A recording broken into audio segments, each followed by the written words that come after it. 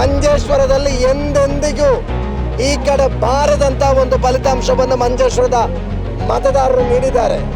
ಈ ಗೆಲುವು ಸನ್ಮಾನ್ಯ ಶ್ರೀ ಸಿದ್ದರಾಮಯ್ಯನವರಿಗೆ ಸಲ್ಲಿಸುವ ಗೆಲುವು.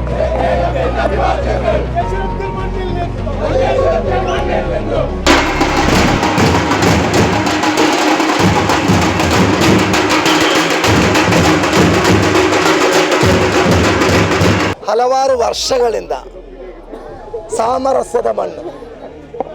ಭಾರತೀಯ ಜನತಾ ಪಕ್ಷದವರು 87ರಿಂದ ಆ ಕ್ಷೇತ್ರದಲ್ಲಿ ಖಾತೆ ತೆರೆಯಲು ಪ್ರಯತ್ನ ಮಾಡ್ತಾ ಇದ್ದಾರೆ. ಈ ಸಲದ ಚುನಾವಣೆಯಲ್ಲಿ ಇಲ್ಲ ಸಲ್ಲದ ಆರೋಪಗಳು, ಅದೇ ರೀತಿಯಲ್ಲಿ ಸಾಮರಸ್ಯವನ್ನು ಕೆಡಿಸುವಂಥ ಪ್ರಯತ್ನವನ್ನು ಕೂಡ ಮಾಡಿದ್ದಾರೆ. ನಾನು ನಾಮಿನೇಷನ್ ಕೊಟ್ಟ ಅಂದಿನಿಂದ ಇಂದಿನ ತನಕ ಮಾಧ್ಯಮ ಮಿತ್ರರಲ್ಲಿ ಹೇಳ್ತಾ ಇದ್ದೆ, ಮಂಜೇಶ್ವರದ ಜನರು ಯಾವ ಕಾರಣಕ್ಕೂ ಕೋಮುವಾದವನ್ನು ಬೆಂಬಲಿಸಲಿಕ್ಕಿಲ್ಲ, BJPಯವರನ್ನು ಬೆಂಬಲಿಸಲಿಕ್ಕಿಲ್ಲ ಅಂತ ನಾನು ಹೇಳ್ತಾ ಬಂದಿದ್ದೀನಿ. ಅವರು ಆವಾಗ ಹೇಳಿದ್ದು, ನಾವು 89ಕ್ಕೆ ಸೋತ ಕ್ಷೇತ್ರ, 745 ಒಟ್ಟಿಗೆ ಸೋತ ಕ್ಷೇತ್ರ. ಇವತ್ತು ನಾವು ಯಾವ ರೀತಿ ಅವರಿಗೆ ಏಟು ಕೊಟ್ಟಿದ್ದೇವೆ ಅಂತ ಹೇಳಿದರೆ, 30,000 ಮತಗಳ ಅಂತರದಿಂದ ಭಾರತೀಯ ಜನತಾ ಪಕ್ಷವನ್ನು ಮಂಜೇಶ್ವರದಲ್ಲಿ ಎಂದೆಂದಿಗೂ ಈ ಕಡೆ ಬಾರದಂತ ಒಂದು ಫಲಿತಾಂಶವನ್ನು ಮಂಜೇಶ್ವರದ ಮತದಾರರು ನೀಡಿದ್ದಾರೆ. ಈ ಮಣ್ಣು ಗಡಿಯಲ್ಲಿ ಇಲ್ಲಿನ ಹಿಂದೂಗಳು, ಮುಸಲ್ಮಾನರು, ಕ್ರೈಸ್ತವರು ಬಹಳ ಸಾಮರಸ್ಯದಿಂದ ಬಾಳುವಂಥ ಭೂಮಿ. ನಾವು ಆ ಶಾಂತಿಯನ್ನು, ಆ ಸಾಮರಸ್ಯವನ್ನು ಎತ್ತಿ ಹಿಡಿದಿರೋ ಮಂಜೇಶ್ವರದ ಜನರಿಗೆ ಹೃದಯದ ಅಂತರಾಳದಿಂದ ಕೃತಜ್ಞತೆಗಳನ್ನು ಈ ಸಂದರ್ಭ ಸಲ್ಲಿಸ್ತಾ ಇದೆ. ನೋಡಿ, ಕೇರಳದಲ್ಲಿ 10 ವರ್ಷಗಳ ಎಡಪಂಥೀಯ ಸರ್ಕಾರ ದುರಾಡಳಿತಕ್ಕೆ ಎದುರಾಗಿ ಕೇರಳದ ಜನರು ಕೂಡ ತೀರ್ಪು ನೀಡಿದ್ದಾರೆ. 100ಕ್ಕಿಂತ ಅಧಿಕ ಸೀಟು ಈ ಚುನಾವಣೆಯಲ್ಲಿ ಗೆಲ್ತೇವೆ ಅಂತ ಹೇಳಿದ್ದು ನಮ್ಮ ವಿರೋಧ ಪಕ್ಷದ ನಾಯಕರಾದ BD ಸತೀಶನ್ ರವರು. ಅವರು ಇನ್ನೊಂದು ಮಾತನ್ನು ಕೂಡ ಹೇಳಿದರು, ಏನಾದರೂ ಸೀಟು ಕಮ್ಮಿ ಬಂದರೆ ನಾನು ವನವಾಸಕ್ಕೆ ಹೋಗ್ತಾನಂತ ಹೇಳಿದರು. ಭಾರತ ದೇಶದಲ್ಲಿ ಎಲ್ಲೂ ಕೂಡ ರಾಜಕೀಯದಲ್ಲಿ ಒಬ್ಬ ರಾಜಕೀಯ ವ್ಯಕ್ತಿತ್ವ ಆ ಥರದ ಒಂದು ಮಾತನ್ನು, ಚಾಲೆಂಜನ್ನು ನಾವು ಕಾಣಲಿಲ್ಲ. 100 ದಾಟ್ತಾ ಇದೆ, ನಮ್ಮ ಸರ್ಕಾರ ಬರ್ತಾ ಇದೆ. ಪಕ್ಕದ ಕರ್ನಾಟಕದಲ್ಲಿ ಈಗಾಗಲೇ ದೇಶಕ್ಕೆ ಜನಮೆಚ್ಚು ಗಳಿಸಿದ ಸಿದ್ದರಾಮಯ್ಯನವರ ಒಂದು ಸರ್ಕಾರ ಇದೆ. ಅದೇ ರೀತಿಯಲ್ಲಿ ರಾಹುಲ್ ಗಾಂಧಿ ಅವರು ಇಲ್ಲೂ ಭರವಸೆ ಕೊಟ್ಟಿದ್ದಾರೆ. ಕರ್ನಾಟಕದ ಜೊತೆಯಲ್ಲೇ ಜನಪರ ಕಾಳಜಿ ಇರುವ ಒಂದು ಸರ್ಕಾರ ಕೇರಳದಲ್ಲಿ ಕೂಡ ಬರ್ತಾ ಇದೆ. ನನ್ನ ಚುನಾವಣೆಯಲ್ಲಿ ಕರ್ನಾಟಕದ ಮುಖ್ಯಮಂತ್ರಿಗಳು ಶ್ರೀ ಸಿದ್ದರಾಮಯ್ಯನವರು ಪ್ರಚಾರಕ್ಕೆ ಬಂದಿದ್ದಾರೆ. ಎಲ್ಲಕ್ಕಿಂತ ಮಿಗಿಲಾಗಿ ಕರ್ನಾಟಕದ ಅಲ್ಪಸಂಖ್ಯಾತ ಮಂತ್ರಿಗಳಾದ ಸಮೀರ್ ಅಹಮದ್ ಖಾನ್ ರವರು ಪ್ರಚಾರಕ್ಕೆ ಬಂದಿದ್ದಾರೆ.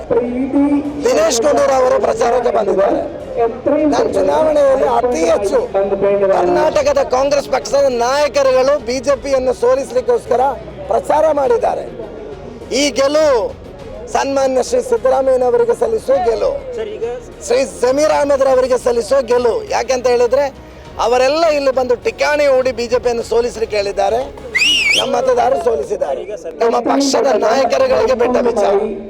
ಈಗ ನಾವು ಗೆದ್ದಿದ್ದೇವೆ, ಸಂತೋಷ ಸಂಭ್ರಮವನ್ನು ಆಚರಣೆ ಮಾಡ್ತಾ ಇದ್ದೇವೆ. ಕಾಸರಗೋಡಿಗೆ UDF ಗೆದ್ದಾಗ ಮಂತ್ರಿಗಳನ್ನು ಕೊಟ್ಟ ಇತಿಹಾಸ ಕೂಡ ಇದೆ. CT ಅಹಮದ್ ಅಲಿ ಅವರು ಮಂತ್ರಿ ಆಗಿದ್ರು, ಚರಕಲಂ ಅಬ್ದುಲ್ಲಾ ಅವರು ಮಂತ್ರಿ ಆಗಿದ್ರು. ನಮ್ಮ ಪಕ್ಷ ಪರಿಗಣಿಸಿದ್ರೆ ಸಂತೋಷ.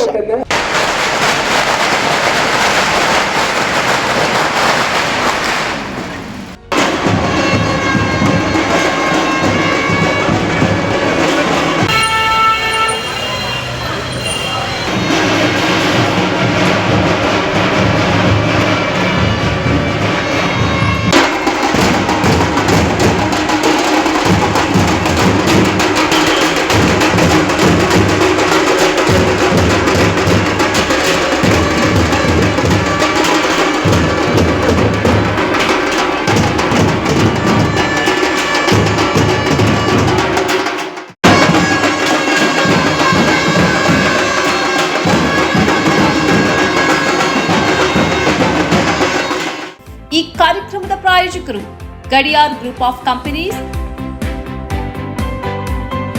Specialised in piling and shoring, engineering consultancy, firefighting, steel structures, real estate. Office SIT Tower, Silicon Oasis, Dubai, UAE. ಸ್ನೇಹಿತರೆ, ನಿಮ್ಮ ಅದ್ಭುತ ಬೆಂಬಲದಿಂದ ಸನ್ಮಾರ್ಗ ನ್ಯೂಸ್ ಚಾನೆಲ್ ಈಗ 2 ಲಕ್ಷ ಸಬ್ಸ್ಕ್ರೈಬರ್ಗಳನ್ನು ದಾಟಿದೆ. ಇದು ನಮ್ಮ ಯಶಸ್ಸಲ್ಲ, ಇದು ನಿಮ್ಮ ಯಶಸ್ಸು. ನಮ್ಮ ಮುಂದಿನ ಗುರಿ 4 ಲಕ್ಷ. ಇದು ಕಷ್ಟವಲ್ಲ. ನೀವು ಮಾಡಬೇಕಾದದ್ದು ಸಿಂಪಲ್. ನೀವು ಸನ್ಮಾರ್ಗ ನ್ಯೂಸ್ ಚಾನೆಲ್ ವಿಡಿಯೋವನ್ನ ನಿಮ್ಮ ಸ್ನೇಹಿತರಿಗೆ, ಕುಟುಂಬದವರೊಂದಿಗೆ ಹಂಚಿಕೊಳ್ಳಿ ಮತ್ತು ಅವರಲ್ಲೂ ಸಬ್ಸ್ಕ್ರೈಬ್ ಮಾಡಲು ಹೇಳಿ. ನೀವು ಶಕ್ತಿಯನ್ನು ಕೊಡಿ, ನಾವು ನಿಖರ ಸುದ್ದಿ ಕೊಡ್ತೇವೆ. ಧನ್ಯವಾದಗಳು.